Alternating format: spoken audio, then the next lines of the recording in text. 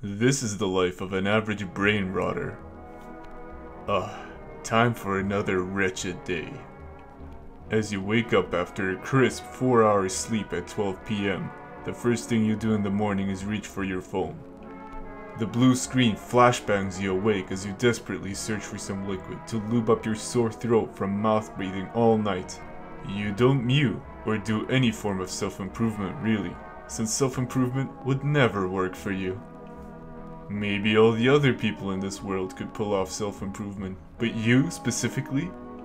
You are unique, because you truly are a lost cause. Nothing could ever make you feel as good as your phone. You've got 600 YouTube shorts lined up for the first 7 hours of the day, with a 1-hour break of TikToks in between. You have your daily meal of still frozen fish fingers, energy drinks and chips, and go back to your content consumption grind. Watching Netflix while playing Clash of Clans and Subway Surfers, and constantly refreshing your Instagram homepage to see what your friends are up to. Or at least they used to be your friends. You haven't showered in weeks since you're all alone anyways, so why bother? After a solid 15 hours of just pure content consumption and intermittent snacking, you decide to finish the day off with a 5-hour gooning session before you mentally exhaust yourself enough to go to bed. But before you fall asleep, there is this deep, existential dread that comes creeping out of nowhere. Voices telling you how much of a failure and disappointment you are. Before your very eyes, you see a slideshow of all the cringe, bad, and horrible stuff you did in your past. You were such a bright kid. You had so much potential. How could you have possibly stooped this low? You don't even like what you watch most of the time. You just zone out to escape reality. How long have you been doing this for? Months? It's been months already? But I haven't done anything. I haven't achieved anything. I was already so far behind in life and now I'm even more behind. It's hopeless. I have doomed myself to a life of misery because of my inaction. If I at least tried, nobody would have even cared if I failed. Now it's over. I'll be a failure forever. That thought is too much for you to bear. In fact, all of these thoughts and realizations are completely and utterly overwhelming. You don't know what to do, so when you wake up, you watch some silly YouTube shorts and TikToks. They seem to take the edge off. And hey, is that a new Netflix show? I'll have to watch this one. And the cycle starts all over again. And again. And again. That was the life of somebody with severe brain rot. If you thought this story was pretty relatable to you, then I have some bad news for you, my friend. You have a bad case of the brain rot. Brain rot is usually used to describe the degradation of the mental state. Usually mental faculties, intelligence, common sense, or moral character. How does one achieve this degradation of intelligence? Well, by only using escapism to run away from your problems, or by putting yourself in a content-consuming thoughtless trance, or doing certain compounds and substances. Breaking Bad reference. And why would one partake in such activities? It's basically you suppressing all the bad thoughts you have with a lot of distractions, until you reach a point where you have no thoughts, because if you have no thoughts whatsoever, then the bad thoughts can't hurt you. But if you never use your brain for thinking and self-reflection, it starts getting rusty. It's just like a muscle, so if it's never used, it'll get weaker and weaker over time, until you reach the stage of complete and utter brain rot. It has various different stages, with stage 1 being, I don't feel like going outside today. Let me relax and watch some SpongeBob. Maybe I'll learn some guitar riffs later. I like to call this stage laziness. Stage 2. Geez, I'm done for. Watching all these shows and playing all these games is kind of exhausting. I'll just watch some YouTube videos to pass the time until I feel better again. This stage is called The Rot Has Been Inserted. Stage 3. Eat, sleep, social media, repeat. There might be more stages, but I'm too lazy to write them down right now. I'll do it after I watch some YouTube shorts. This degradation of intelligence has started to affect more and more people, and you might even know some friends or loved ones that have experienced some form of brain rot, and you're of course very concerned. Brain rot in itself isn't a new thing. People have always been getting dumber in one way or another, but we usually counter our new stupidity with new knowledge of new innovations. For example, just because you can't do trigonometry as well as you used to, doesn't mean your brain is rotting. We just have websites now that can answer all of your trigonometry related questions in seconds, and on top of that, you've also learned how to operate in Excel spreadsheets. Well done! Getting dumber isn't the only problem.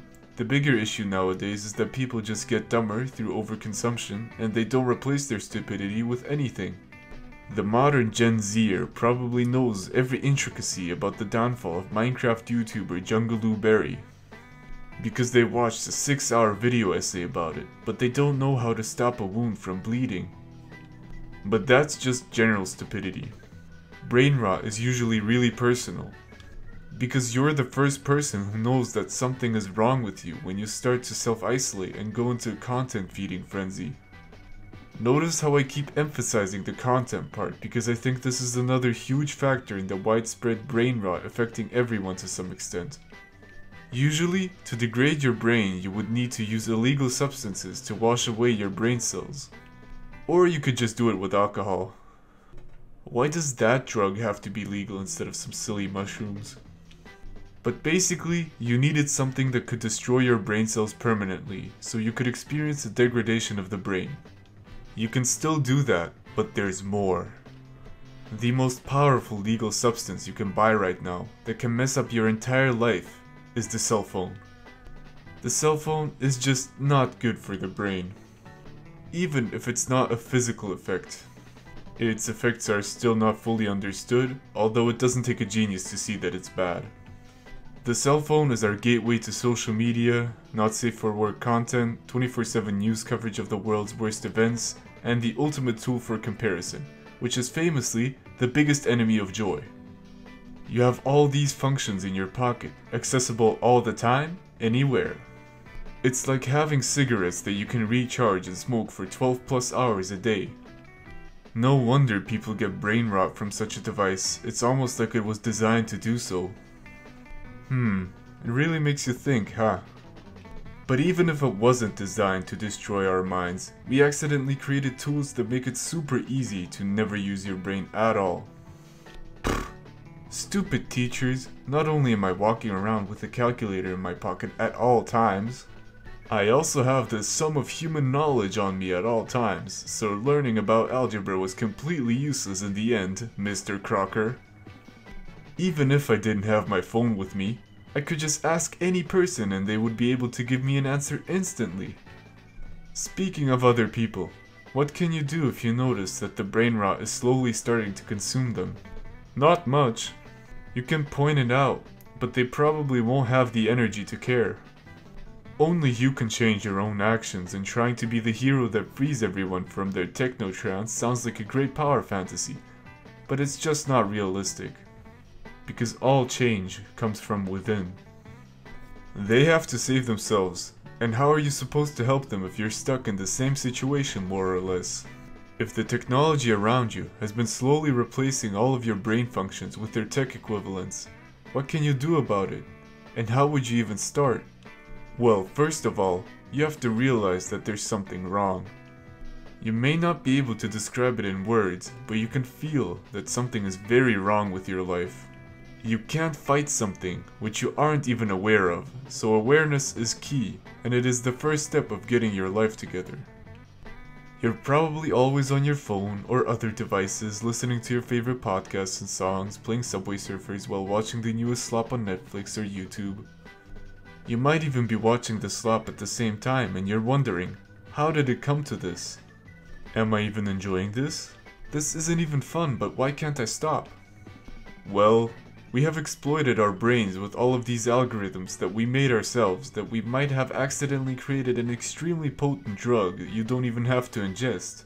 And now we have achieved collective brain rot as a society. But we can't change the past, and we haven't figured out how to de-industrialize ourselves. So we have to focus on the present, because that is all you can change. You have no control over the future, nor do you have control over your past. You don't even control the outcomes of your actions. What you can control, though, are your actions in this very moment. So don't be mad at your past self for getting you in this predicament, because what's done has been done. You have to let go of your past. This is easier for some, harder for others, but you have to stop hating yourself for being quote-unquote lazy. First of all, this isn't even laziness, because you have the desire to change, but you just don't have the willpower to follow through. That isn't laziness, it's more akin to your brain being too weak to fight back. Secondly, you might be predisposed to this response of doing nothing but procrastinating, because if you were diagnosed with depression or anxiety, those illnesses can greatly affect your ability to partake in any activity whatsoever. So when you choose to just do nothing, this might be a learned response. That being, doing nothing is better than doing something that could potentially be harmful to your psyche. If you tried to improve your life before and you were met with nothing but failure, of course your brain would get conditioned to never try. The brain's objective is to survive, and not to make your life easy. Another reason for your rampant procrastination and brain rot might be ADHD, because you can get stuck in a sort of analysis paralysis when thinking about all the things you need to do to improve your life in a meaningful way. Sometimes ADHD paralysis happens just because, and that's so funny and random, I wish I had more witch curses on my brain so that I'm not even mentally strong enough to put on socks that are matching. Obviously, you would need to talk to a medical professional to find out what's wrong with you, but I just wanted to tell you that most likely, you're not lazy. You're not a miserable failure. You're just a little cuckoo bananas, and that's completely fine.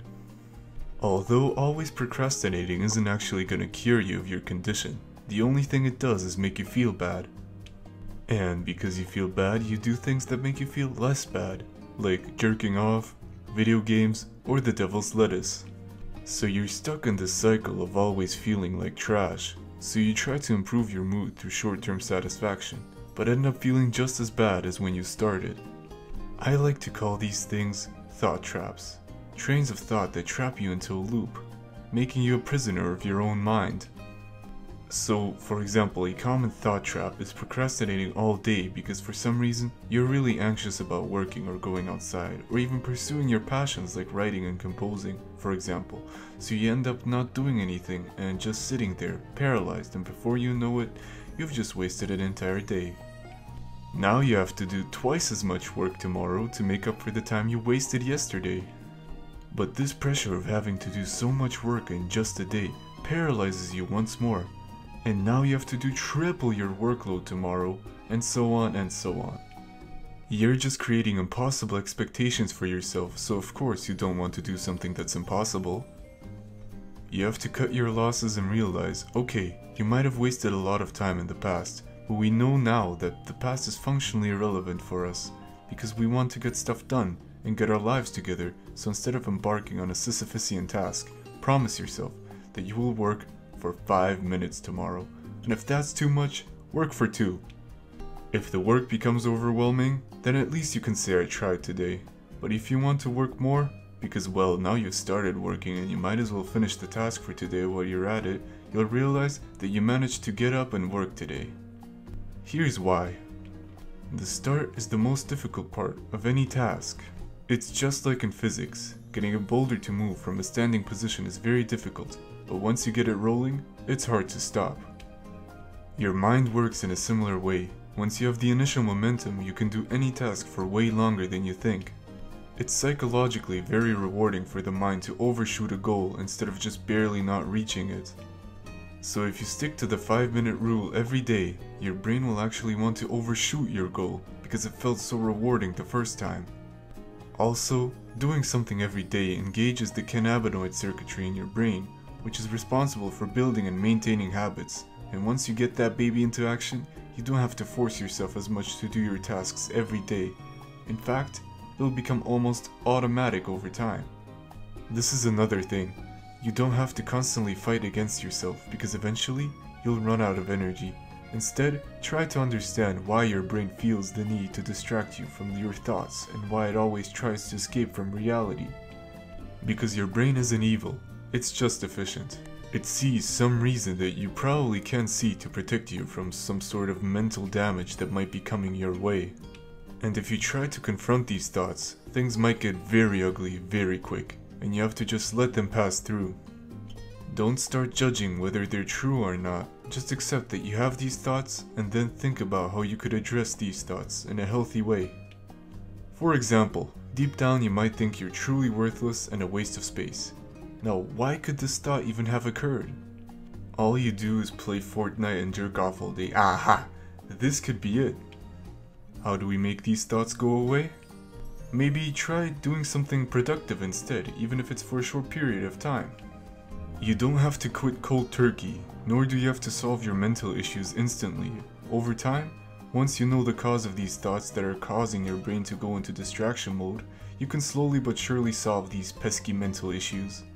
Remember, healing takes time, and there might be some setbacks, but as long as you're making progress in the long run, you will improve and change your life, for the better. Here are some unethical tricks that I have used that most therapists wouldn't recommend. I started doing my work at midnight because that's when not only my motivation kicks in, but also my consciousness.